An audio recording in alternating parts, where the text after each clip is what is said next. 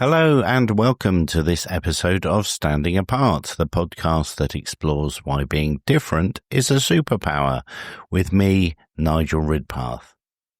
This week's show centres on an interview I recorded with Vala Afshar and Henry King. Their latest book, Autonomous: Why the Fittest Businesses Embrace AI-First Strategies and Digital Labour, has just been published.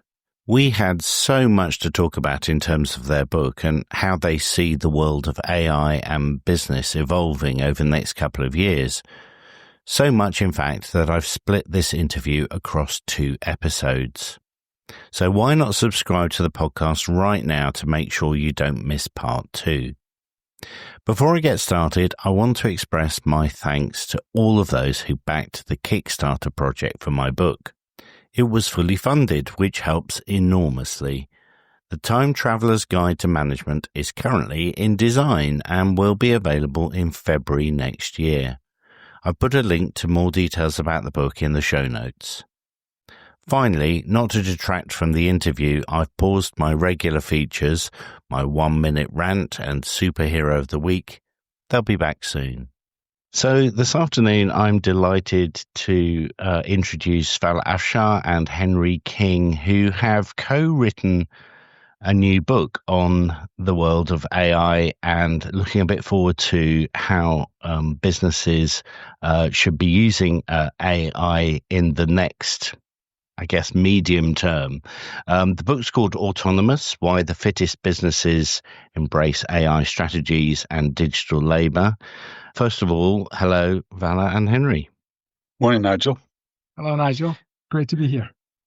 So, Vala, if I can start with you, tell us a little bit about your background and what brought you to work with Henry on this book. Well, first of all, thank you for having us on your podcast. My name is Vala Afshar. I'm the chief evangelist at Salesforce. Often when I say that, the first question is, what does an evangelist do? And I've been with the company 10 years, but prior to that, I was a Salesforce customer for 12 years. In 2003, my company and I implemented Salesforce CRM for the first time. It's the first time we had a CRM in our business, and for 12 years, thanks to the ability to leverage technology to gain a better understanding of our customers' needs, we significantly grew our business. And I was invited to join Salesforce by, at the time, president of products. I'm part of the engineering and R&D organization. And in my role, I, research and write and connect customers, partners to builders at Salesforce. And in 2017, I was working with a university looking to implement blockchain technology to create a student passport where students can take courses, and then you have faculty and administration and potential employers have visibility into the student journey on a ledger. And in 2017, that was, really leading edge implementation of not just CRM technology, but blockchain and advanced analytics. And this was a large scale, multi-million-dollar project. And Henry King, who is a transformation, innovation, strategy expert, was assigned to this project. So both of us as Salesforce employees were tasked to work with a brilliant CIO looking to implement an incredibly innovative solution. And that's when I first met Henry, and we both worked on this fairly challenging large-scale project for some time, and we realized we have a lot of common interests, common points of view. Henry's a CIO, and I'll let him describe his past, but, a practitioner, not just an academic, but academic and practitioner combined. So he's like a Navy SEAL when it comes to thinking and doing. And I'm a practitioner as well. And so we quickly realized that, we had core beliefs that helped us grow our businesses in the past, and we were applying the same principles with our clients at Salesforce. And fast forward 7 years later, we've written 2 best-selling books, published 50 some odd articles on major news outlets, and continue to collaborate. In fact, we're working on the 3rd book as we speak. Okay, but before I turn to Henry, I'm guessing when you were at school, Vala, you didn't think, do you know what I want to be when I'm older? Is a chief evangelist. Uh, tell tell me a little bit about what it is you wanted to do and how you end up doing what you do today. Sure. By the way, it's not just school. When I was offered the position and the title, I didn't know exactly what Salesforce was asking me to do. I am an immigrant refugee. So I immigrated to the US at age 10, and it was an overnight experience, and it wasn't by choice. And so I had a silo mentality. And I'm not speaking for all immigrants or all refugees, but when you go through a disruptive event, and I don't think there's anything more disruptive than leaving your birth country, even if it's by choice. I didn't speak the language. I didn't eat the same foods. I didn't dress the same. I didn't play the same sports. Completely new, completely lost. But I left a war-torn country, so completely safe. So I was super grateful. But that silo mentality means capturing resources, going through life all the way to my 40s. You need to go get a good diploma. You need to get a good job, get promoted to a manager, get budget, get headcount. Just keep capturing, and then protecting those resources, and then extracting as much value. Henry will tell you because he studied silos for the last 2 decades. This is a 5,000-year-old practice. And so I studied electrical engineering in school for 6 years, and my career started with software development. And again, in a cubicle, capturing knowledge, developing products and service. And by the way, being perfectly happy as an introvert and someone who fights with imposter syndrome. That was a beautiful place to be. Then I started writing, and I read to improve my writing. I write to improve my thinking. And once I started writing, and that included writing on social media, suddenly my network grew. And so it went from posting, short tweets and LinkedIn comments to starting to write blogs. My first book, a publisher found me. This is before the 2 books that Henry and I have worked on and published. So the practice of writing exposed me to a whole different way of thinking, helped me understand that I had a silo mentality. My first book did well. I was lifted out of engineering to become a chief marketing officer of a public company. And, I've been writing for 10 plus years. I've been podcasting for 10 plus years. And 3 books later, I find myself as one of the chief storytellers at one of the most successful software companies in the world. And if it wasn't the deliberate understanding that I was, in a siloed world, and the minute I took the time to share what I learned, I was able to expand my network. In fact, turn the network into a personal learning tool that was more important than any of my degrees and college experiences that I've had. And that's how I met Henry. And Henry, again, has been researching the negative impact of silos for well over 2 decades. And when we would talk, I realized that, all of the insights that he was sharing essentially mapped my life trajectory and career trajectory. So Boundless, the book before Autonomous, was 65,000 words focused on the negative impact of silos, and the opposite of silo, which we titled Boundless. So that's how we met. That's fascinating. We need to bring Henry in here now to hear a little bit about what you've been doing recently, and how did you come across this 2 decades of understanding silo thinking? Well, I thought I was doing pretty well, just kind of listening to Vala. So we'll see. So again, yeah, Nigel, thank you for having us on. It's good to be here on what is for you a Friday afternoon. So as Vala said, a lot of my career, well, actually, I started my career in information technology. I studied Greek and Latin at university, and made the decision that was not the career for me. And so I looked around, and I didn't really know very much about information technology, having spent my entire teenage years and early 20s not really thinking about anything else other than kind of dead Romans and Greeks. At Oxford, by the way, at Oxford, just. Yes, which is 15 miles down the road from me. That's why I mentioned it. Yeah. but I did know a little bit about computers. I'd actually had the opportunity to go to study at American high school between school and university in the UK, and I took an introduction to BASIC, and it was only for 3 to 6 months, but I learned two things really from that course, and one is, and this was by far the most important thing, was that computers will only do what you tell them to do, and they'll do exactly what you tell them to do. And I think that for me, the second part of that was, therefore, I wasn't intimidated by them. I knew that they would do exactly what I told them to do, and only what I told them to do.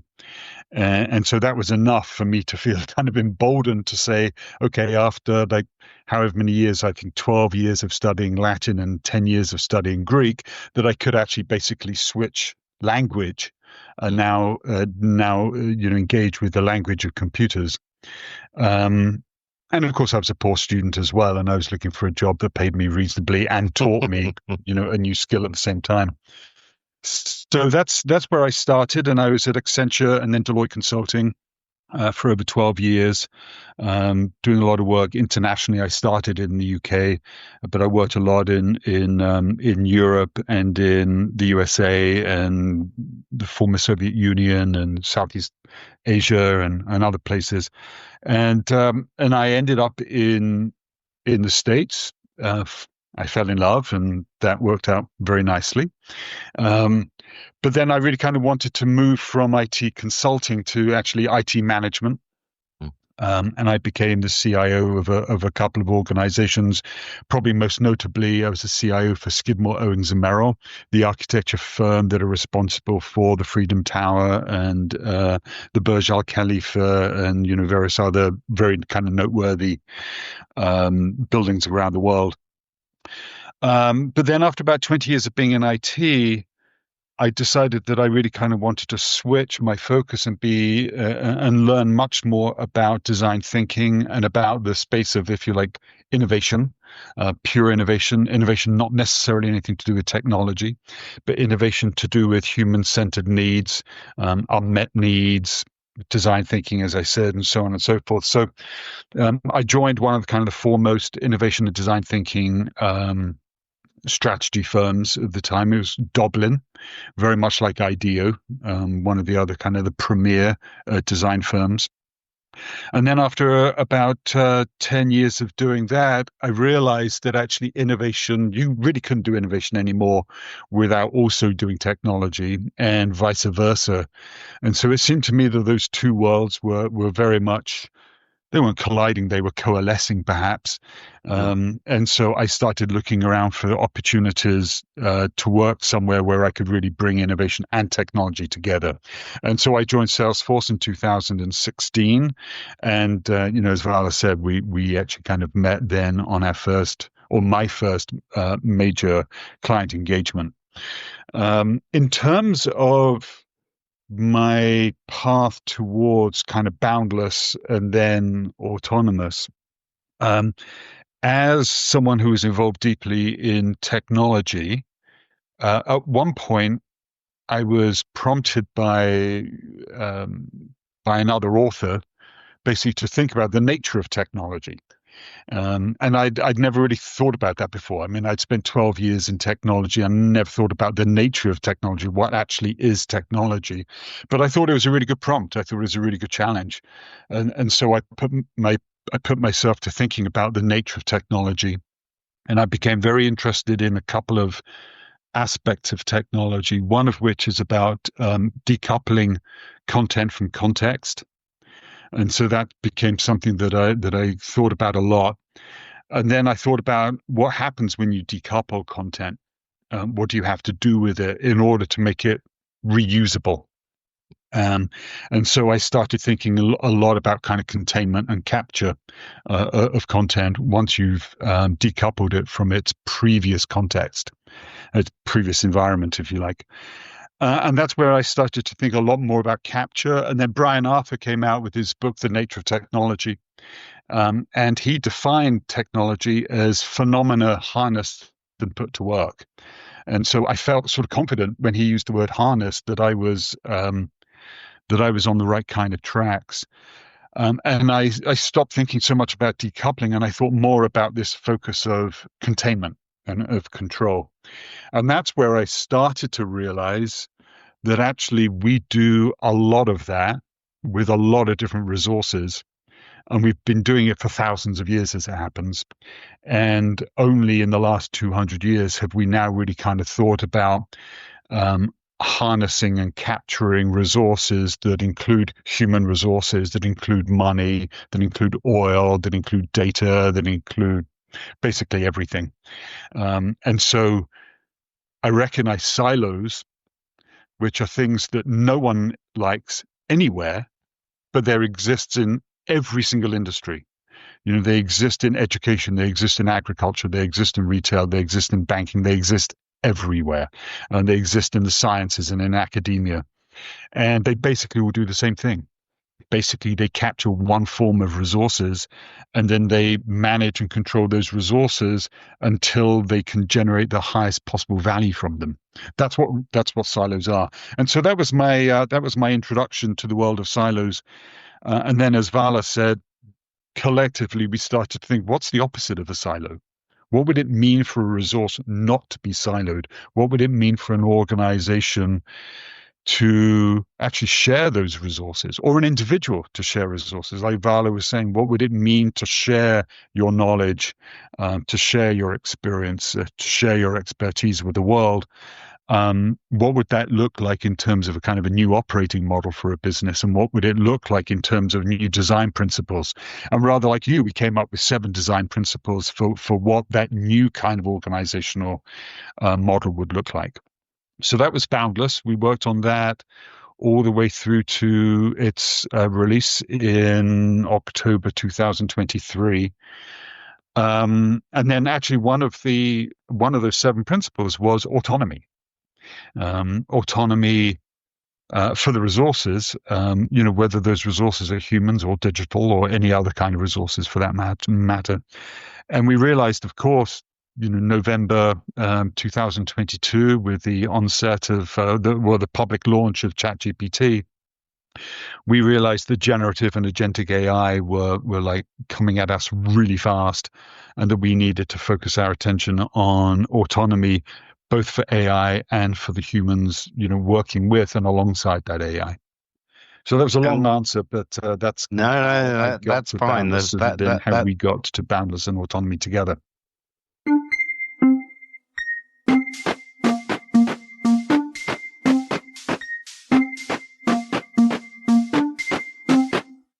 So you're talking about kind of 7 principles that you looked at in the Boundless book, and you've taken one of them and kind of gone super deep on it. But what was the trigger that the autonomy chapter always felt like it could do with more, or was it this generative AI kind of revolution that just made that much more important than it was when you wrote Boundless? We knew that we enjoyed working together through the process of Boundless, and we continued to talk with each other about what might come next. And we were thinking initially about actually one of the other design principles, which really actually was our guiding principle, and it still is, which is this idea of shared success. So again, in a silo, and the people who manage and own silos only really care about their own success. That's all they're really thinking about.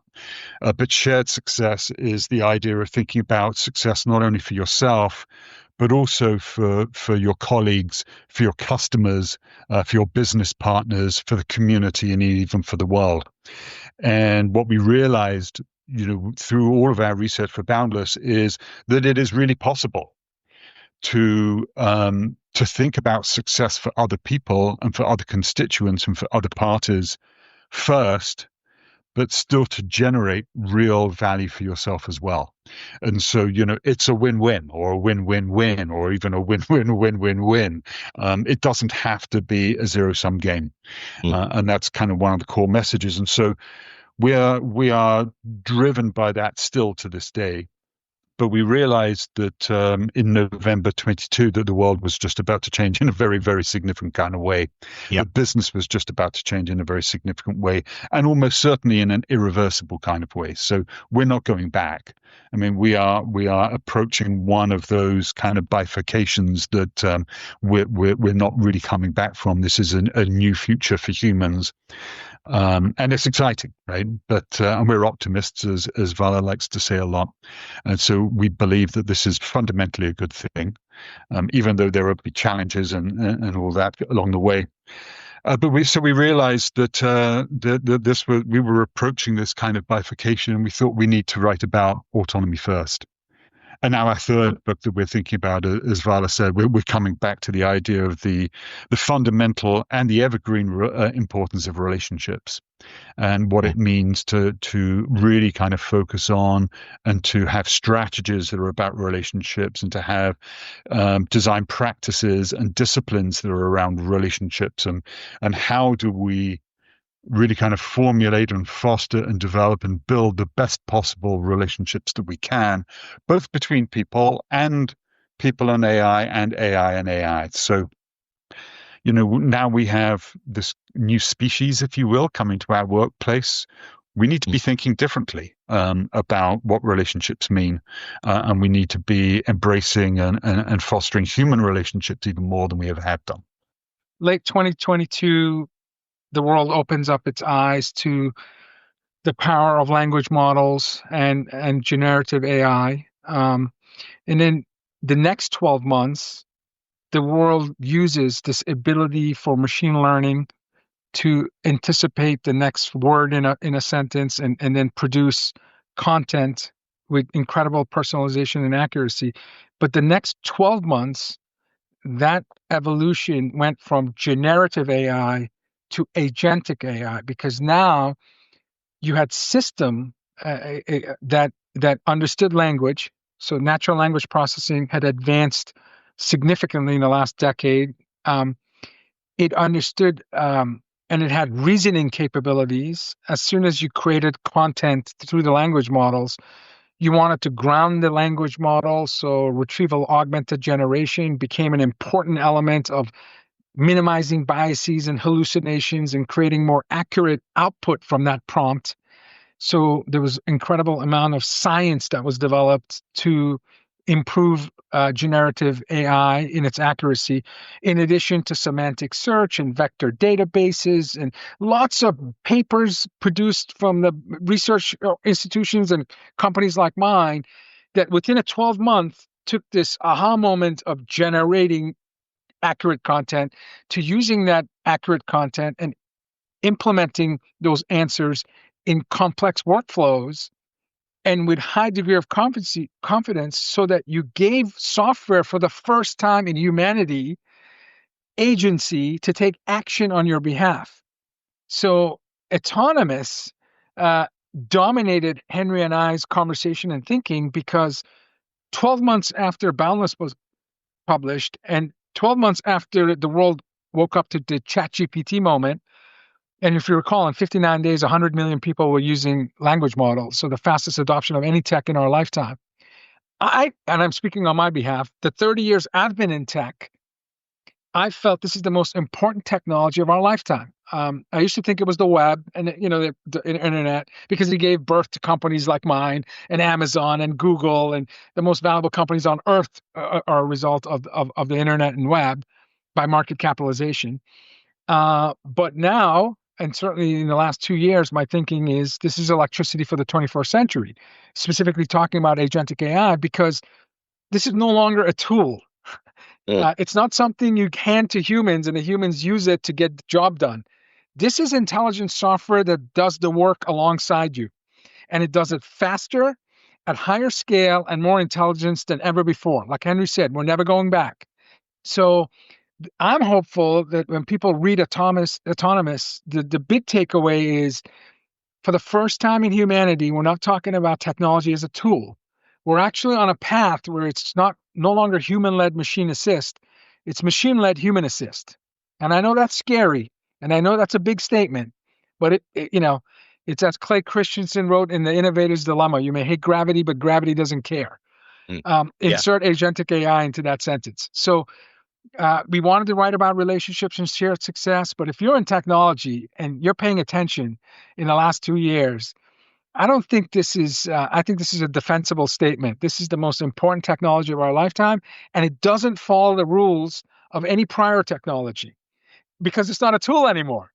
It's literally digital labor. And I know, again, for us humans to challenge dominant logic, thinking that our managers could be AI software, our colleagues could be AI software, that's the world we're in. And both Henry and I have an incredible sense of urgency because no matter what size company, no matter what geography, no matter what industry you're a part of, this is electricity for the 21st century. And without it, you're poorer, you're sicker, and you're not able to compete and win. And, again, it's not, we're optimists. So I know, but at the same time, this is not something you can ignore. And so autonomous came out really quickly because our sense of urgency has never been as high as it is today. And we're applying the same compass with what we're working on now because us, we're the last generation of humans, leaders, to manage only humans. You are next year, 2026, is students are now leaving for the first time their entire college career, 4 years, using generative and agentic AI capabilities. So us three, we're digital immigrants. We weren't born mobile, social, in the cloud, data. But my 15-year-old son and my 19-year-old daughter, and I have digital natives in my house. They learn differently, they connect differently, they produce differently. Yeah. And so this is a hybrid workforce. It's humans and agents, and it's gonna force us to throw away all the recipes we had, building companies and building technology stacks. Throw them all away. You're gonna have to start new. You're gonna have to operate like a chef and learn by first principles, not a cook following recipes, because the recipes of the past will not help your company or yourself grow in this hyper-connected knowledge-sharing economy. I love that analogy. I'm going to steal it. Everything is borrowed. Everything is borrowed. Okay, stolen, borrowed. Who's counting?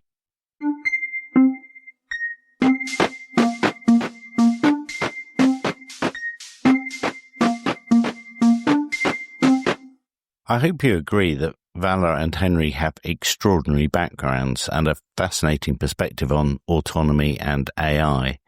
I particularly loved Vala's analogy that the recipe book has been thrown out of the window. It's going to be about understanding the ingredients so intimately that you can create a fabulous meal by instinct. In part 2, we go on to talk about wastage and blockages in organizations, who they see as the audience for the book, and I ask Vala and Henry about some of my own hypotheses about how AI will revolutionize the business world. I put a link to both of their books in the show notes, and a reminder to subscribe to the podcast to ensure that you don't miss part 2, which will drop on the 17th of November.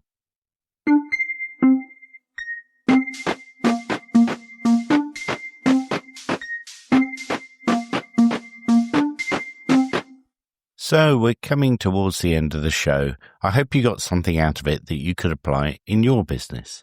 If you did, please tell your friends. Remember, all of the previous episodes are still available, including deep dives into the retail sector, music industry, and some intriguing live guest interviews.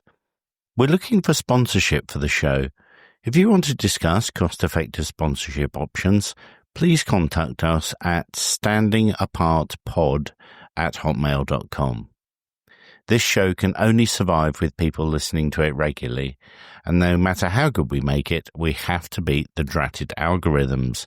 So every subscribe, rating, and like that you give it on your favorite podcast app really makes the world of difference to us. Go on, do it now. Thank you.